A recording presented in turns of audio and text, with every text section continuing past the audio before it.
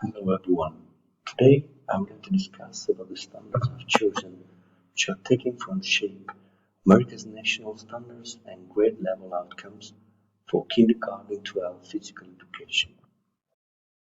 The standards are five, and nationally, states and local school districts across the country use the national standards to develop or revise existing standards, frameworks, and curricula.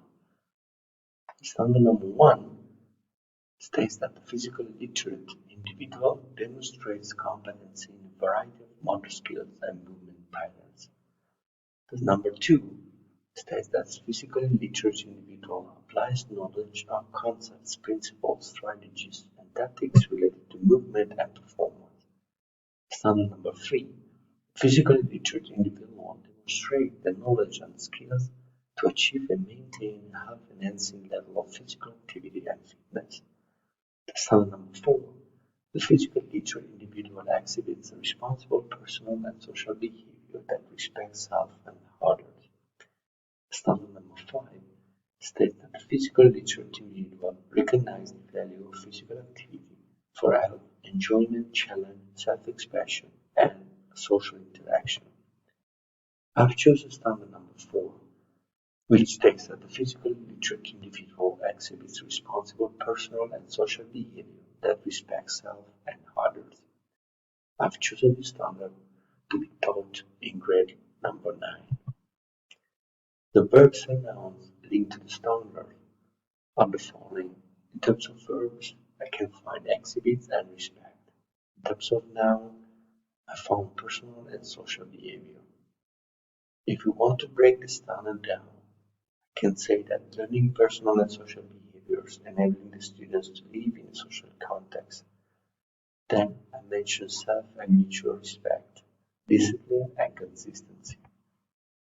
Why I picked standard 4?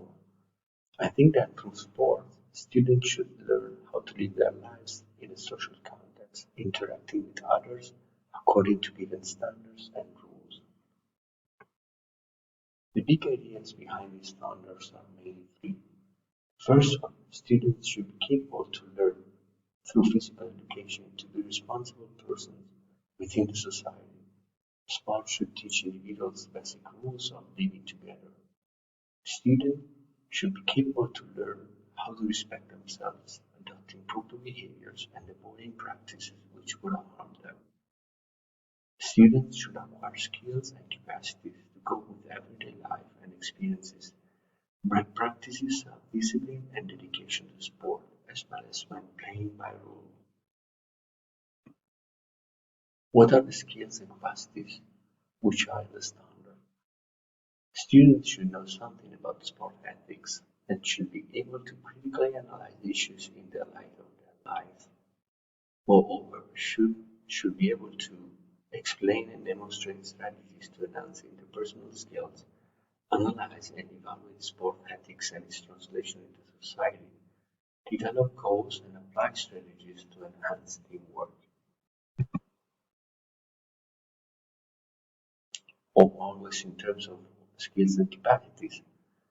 Since the verbs in the standard are exhibit and respect, I think that students should understand and demonstrate adequate social behaviors and social skills acquired through sport practice to be translated into the real life. Then the student should understand and practice self-respect as well as respect towards others in his everyday life. Some of the activities and projects which can be proposed linked to the standard.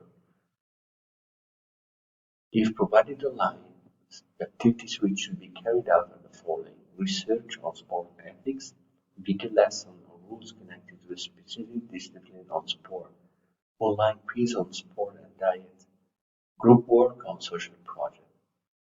If provided in person, the activities which should be carried out are the following: research on sport ethics, practical activities on teamwork, social project engaging with the local primary school, and group work on sport routines and workouts. In terms of assessments, different assessments will be carried out in order to verify the level of understanding of the students. First of all, an entry test will be provided in order to verify the levels of students and tailor a personalized learning plan. Formative assessments will be also proposed in order to check the level of understanding of the topics.